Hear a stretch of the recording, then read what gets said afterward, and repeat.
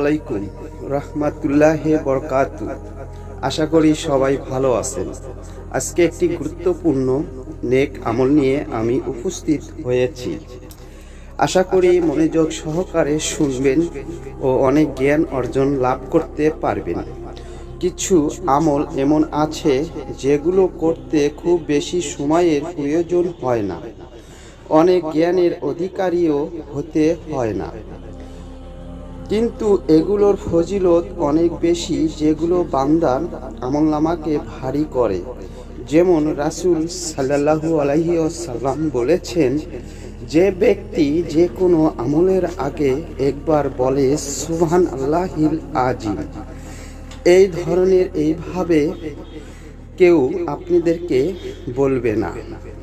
এই রহস্যটি আজ আমি আপনাদের সামনে ধরে তুলেছি।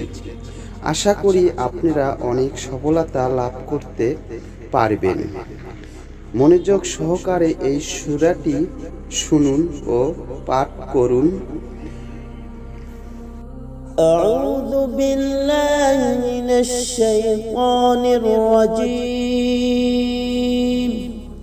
বিসমিল্লাহির রহমানির রহিম। قال عيسى ابن مريم اللهم ربنا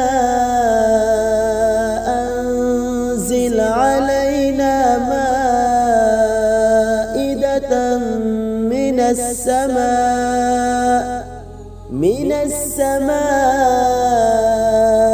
تكون لنا عيدا لأولنا وآخرنا وآية منك وارزقنا وأنت خير الرازقين। صدق الله العظيم।